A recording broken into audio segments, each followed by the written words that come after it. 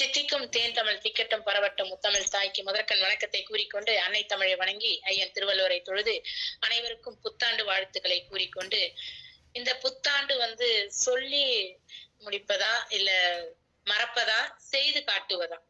நிச்சயமாக நாம் எந்த ஒரு செயலையும் சொன்னோம்னால் அது நிச்சயமாக செய்து காட்டணும். அப்பதான் நமக்கு ஒரு திருப்தி கிடைக்கும்.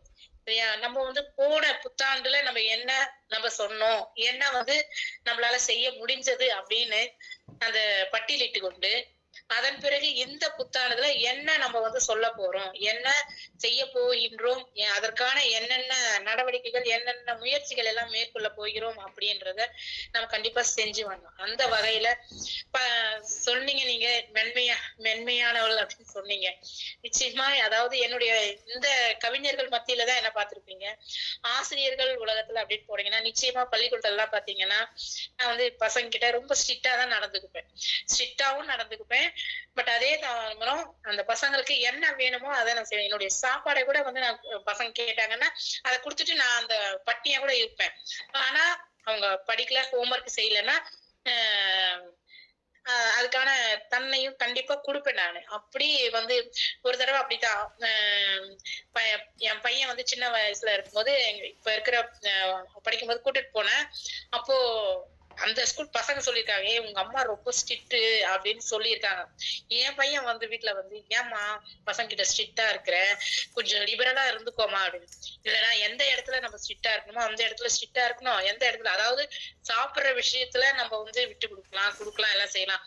படிக்கிற விஷயத்துல ஏன்னா சின்ன அது தொட்டில் பழக்கம் தான் சுடுகாடு மட்டும். இந்த வயசுல நீ படிக்கலன்னா பின்னாடி 6, 7, 8 போகும்போது அந்த பசங்களுக்கு கஷ்டமா இருக்கும். அந்த ஆசிரியர்கள் எல்லாம் எழுத்துக்கள் சொல்லி தர மாட்டாங்க. பேசிக்ல நம்ம அடிப்படை வகுப்பு எது, இந்த தொடக்க நிலையில நம்ம கத்துட்டு போனாதான் 6ல 7 நமக்கு ஈஸியா வரும். அதனாலதான்டா அப்படி பசங்க ஏன்னா எல்லாம் வர்ற பசங்க எல்லாமே யாருமே எங்க கிட்ட அரசு பள்ளியில வர பிள்ளைங்க ஒன்னும் ரிச்சானவும் கிடையாது. எல்லாமே ஏழ்மை நிலையில வறுமை கோட்டுக்கு கீழே இருக்கிற பிள்ளைங்க தான் வர்றாங்க. அந்த பிள்ளைங்க கிட்ட நம்ம தான் சொல்லி கொடுக்கணும். நம்ம தான் அந்த உட்கார்ந்து நம்ம எழுத்துங்க நம்ம அதுங்களுக்கு சொல்லி கொடுத்தோம்னா அது பிற்காலத்துல அதுங்களுக்கு கொஞ்சம் பயனுள்ளதாக இருக்கும் அப்படின்னு தான் நான் நினைக்கிறேன். அப்படி நினைச்சுதான் இந்த போன புத்தாண்டுல அப்படிதான் அதாவது அப்படி கிளாஸ விட்டு அப்படியே டிஃபன் பாக்ஸ் கழுவுறதுக்கோ அட்டனன்ஸ்ல கையெழுத்து போட்டு வரத்துக்குள்ளாரியே இங்க எல்லாம் பாய்ஸ் 3வது 4வது பசங்க அடிச்சுப்பாங்க என் கிளாஸ்ல. அப்படியே அடிச்சுட்டு இருக்கும் போதுதான் அப்பதான் நான் கிளாஸ்க்குள்ள நுழைஞ்சு பிள்ளைங்க அடிச்சுட்டு போது அந்த பிள்ளைய ஒரு பையனை அப்படி அடிக்க போனேன். அடிச்சு போகும்போது அவன் கை அப்படி நோங்கினோம்னா அந்த குச்சியானது தலையில பட்டுடுச்சு அந்த பையனுக்கு. அந்த இடத்துல ஏற்கனவே அந்த தங்கச்சி அந்த இடத்துல அடிச்சிட்டு அங்க ஒரு வீக்கம் மாதிரி சிராய்ப்பு இருக்குது. 2 நாள் ஆச்சாம். நான் அடிக்கவும் அந்த குச்சி அதே இடத்துல பட்டவும் அந்த இடத்துல ரத்தம் வந்துச்சு. நான் ரொம்ப பயந்துட்டேன். உடனே அவங்க அம்மாவுக்கு கால் செஞ்சேன். சரி எல்லாம் தேய்ச்சி விட்டு அப்புறம் வீட்டுக்கு அனுப்பிவிட்டேன். உடனே அந்த அம்மா போன் பண்ணி அவ்வளோ ஒரு திட்டு. அவங்க பாட்டியும் நான் ரொம்ப பயந்துட்டேன். அம்மா நான் அந்த அளவுக்கு நான் அடிக்கல, எனக்குமே தெரியுது அந்த அளவுக்கு அடிக்கல. ஆனா அந்த பையன் சொன்னா எனக்கு தங்கச்சி தான் நேத்து அடிச்சாங்க, அந்த வீக்ல இருக்கு, அதே இடத்துல நீங்க அடிச்சிட்டீங்க அப்படின்னு சொன்னாங்க. நான் அம்மா தங்கச்சி அடிச்சுதான் அதே இடத்துலதான்மா பட்டிருக்குது அப்படின்னு எவ்வளவோ சொல்றேன். அவங்க அவ்வளவோ திட்டினாங்கம்மா, நான் உங்களை நன்மைக்குதாம்மா நான் இது பண்ணேன், அவன் பண்ற சேஷ்டிங்க எல்லாம் தாங்க முடியாதுமா அப்படின்னு சொன்னேன். சரி ஏதோ அதை முடிஞ்சிருச்சு. ஆனா அந்த பையன் சொல்றான், மிஸ் நீங்க என் நன்மைக்குதான் நீங்க அடிச்சீங்க, ஆனா அம்மாவும் பாட்டியும் தெரியாம திட்டினாங்க அப்படின்னு அந்த குழந்தை சொல்லுது. அதுக்கப்புறம் போயிட்டாங்க. அப்புறம் நான் போன வருஷத்துல எனக்கு மனுஷ்ய புத்திரன் அந்த கவிதையெல்லாம் எழுதுறவரு அவருடைய நிறைய இதெல்லாம் படிச்சிருக்கேன். அந்த தாட்ஸ் எல்லாம் பெண் இதுல வரும், அதெல்லாம் படிச்சிருக்கேன். ஆனா அவரை நான் பார்த்தது கிடையாது.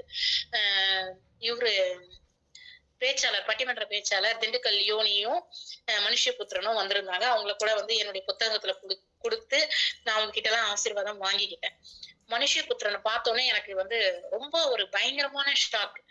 ஏன்னா அவர் அவ்வளவு அழகா எழுதுறவரு. ஆனா அவருடைய இது பாத்தீங்கன்னா நிச்சயமாவே அவருடைய 2 காலுமே இல்லை. அவரு வீல் சேர்ல உக்காந்துட்டு தான் அந்த மேடைக்கு தள்ளிட்டு வர்றாங்க. ஆனா அவரு ஒரு தன்னம்பிக்கையா, எவ்வளவு ஒரு தன்னம்பிக்கை, அவருடைய முயற்சி, விடா உழைப்பால அவரு இப்ப எந்த அளவுக்கு எல்லாருமே அறியிற அளவுக்கு பிரபலமா இருக்கிறாரு. அப்பதான் நான் நினைச்சேன், நமக்கு இருக்கிற இந்த ஊனம் ஒரு பெரிய இதுவே கிடையாது. ஒரு 2 காலுமே இல்லாத ஒரு மனுஷன் இந்த அளவுக்கு உயர்ந்து அடைந்திருக்கிறாரே, நம்மளால ஏன் முடியாது அப்படின்னு சொல்லிதான் நான் அப்ப கொஞ்சம் மனசு கொஞ்சம் டைவர்ஸ் ஆகி, பரவாயில்ல நம்மளும் நிறைய இந்த எழுத்து உலகத்துல நம்மளால முடிஞ்ச அளவுக்கு நம்மளும் செய்யணும், நம்மளும் முன்னுக்கு வரணும் அப்படின்றதுதான் ஒரு ஆசை. அதுக்கப்புறம் இவரை திண்டுக்கல் லியோனி ஐயாவை பார்த்து அவர்கிட்டயுமே புக்கை கொடுத்து அவங்க ஹஸ்பண்ட் அண்ட் ஒய்ஃப் 2 பேர்கிட்டயுமே நாங்க ஆசீர்வாதம் வாங்கினோம். அவரு என்னமா பண்ற, என்ன ஏதாவது டீட்டெயில் கேட்டாரு. அப்புறமா இது மாதிரி சொன்னேன், எனக்கு கொஞ்சம் பட்டிமன்றத்துலதான் பேசுறதுக்கு ஆசை. உங்க 2 தடவை அவரை சந்திச்சு 2 தடவை, ஆனா அவர் அவருடைய தனிப்பட்ட முறையில அவருடைய இதெல்லாம் கொடுத்து, இந்த ஐடி கார்டு எல்லாம் கொடுத்து ஆபீஸ்க்கு என்ன பாருமா அப்படின்னு சொல்லியிருக்காரு. ஆனா இது வரைக்கும் என்னால போக முடியல, அவரை போய் மறுபடியும் பார்க்க முடியல. அவர் 2 புக்குமே, 2வது ஃபர்ஸ்ட் ஒரு தடவை நீரார கடலோட புக்கு கொடுத்தேன். 2வது தடவை எத்திசையும் புகழ் அதுவும் கொடுத்து அவர்கிட்ட ஆசீர்வாதம் போது இப்ப பேசி, நீ கண்டிப்பா நீங்க வாங்கம்மா ஆபீஸ்க்கு என்னைய பாருங்க அப்படின்னு சொன்னாரு. ஆனா எனக்கான போறதுக்குதான் பயமா இருக்கு. ஏன்னா 2 வருஷமா நான் பார்க்காத வைத்தியம் கிடையாது. அதாவது இங்கிலீஷ் மருத்துவம் பார்த்தேன், அதுக்கப்புறம் ஆயுர்வேதிக்கு போனேன், அதுக்கப்புறம் சித்தா போனேன், இப்ப அக்குபஞ்சர் போயிட்டு இருக்கேன். அந்த அளவுக்கு எனக்கு முட்டியிலும் இந்த கால் பாத எலும்புகள் தேஞ்சு போயிடுச்சு. அதனால அந்த வலிகள் எல்லாம் குறைக்கிறதுக்காகவே மருத்துவ செலவுக்கே நான் போயிட்டு இருக்கேன். இந்த வருடம் அதுல இருந்து நான் கியூர் ஆகணும் அப்படின்றத நான் வேண்டிட்டு இருக்கேன். அதோட இந்த வருஷம் என்னுடைய பையன் 10ஆம் வகுப்பு தேர்வு எழுதுறான். அந்த பையன் நல்லபடியா தேர்வு எழுதி அவன் எனக்கு ஒரு நல்ல ஒரு அச்சீவ் கொடுத்துட்டானா. ஏன்னா விளையாட்டுல அவன் நல்லா அச்சீவ் பண்ணியிருக்கான், கோல்டு மெடலிஸ்ட் தான், எல்லாத்துலயும் வாங்கியிருக்கான். விளையாட்டுனா அவ்வளவு ஒரு ஆர்வம் உடையவன் தான். இந்த படிப்புலயும் இந்த 10ஆம் வகுப்புல அவன் படிச்சு அவன் நல்லபடியா அவன் வெற்றி பெற்று அவன் நல்ல மார்க் எடுக்கணும் அப்படின்றதுதான் இந்த புத்தாண்டுல அவனுக்கு நான் சொல்ற செய்தியும். அதை அவன் செய்து காட்டுவான் அப்படின்ற ஒரு நம்பிக்கை எனக்கு இருக்கு. அதே போல இந்த கேட்டுட்டே இருக்கிறாராமா? இருக்கான், பக்கத்துலயே இருக்கான். கேக்குற மாதிரி சொல்லுங்க.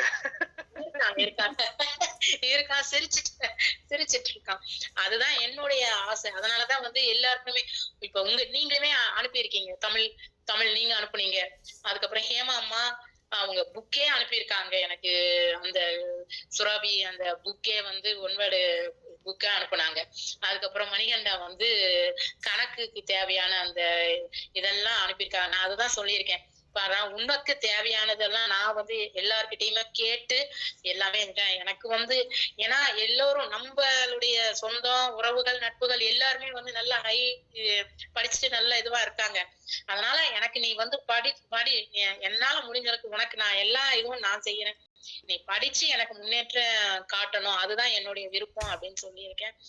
அதை செய்வான்ற ஒரு நம்பிக்கை இருக்கு. அதே போல இந்த 2025ல ஒரு திருவள்ளுவர் கலை இலக்கிய சங்கம் அப்படின்ற ஒரு அமைப்பு ஆரம்பிச்சு இதற்கு 9 மாதங்கள் ரொம்ப சிறப்பா போயிட்டு இருக்கு. இந்த 26லயும் இது நல்லா தொடரணும், நல்லா செய்யணும், தமிழ் இதுல நல்லா செய்யணும்னு ஆசை. நல்லா செய்யும், ஒரு நேரடி நிகழ்வும் நடத்தணும்னு ஒரு மனசுல ஒரு எண்ணம் போயிட்டு இருக்கு. அது ஒரு சில இதெல்லாம் பண்ணிட்டு இருக்கேன். இப்போவும் லெட்டர் பேடு அதெல்லாம் கொஞ்சம் ரெடி பண்ணிட்டு இருக்கோம். அதை முடிச்சுட்டு ஒரு நேரடி நிகழ்வு என்னால முடிஞ்ச அளவுக்கு செய்வோம் அப்படின்ற ஒரு நம்பிக்கை இருக்கு. உங்களுடைய எல்லாருடைய ஆதரவால அதுதான் இந்த புத்தாண்டோட என்னோட ஆசை. அதை செய்து காட்டணும் அப்படின்ற ஒரு எண்ணம் வச்சிருக்கிறேன். அது நிறைவேறணும் அப்படின்னு சொல்லிட்டு மத்தபடி அதோட இந்த 2006ல ஒரு சபதம் என்னன்னா, உடம்பு குறைக்கணும் அப்படின்னு ஒரு ஏம் வச்சிருக்கேன். கண்டிப்பா ஏன்னா அதனாலதான் வெயிட்டானால உங்களுக்கு கால் வலி இருக்கு அப்படின்னு சொல்லிட்டு எந்த இடத்துக்கு போனாலும் அதுதான் சொல்றாங்க. ஆனா என்னால நடக்க முடியாததால உடம்பு ஏறுதா என்னன்னு தெரியல.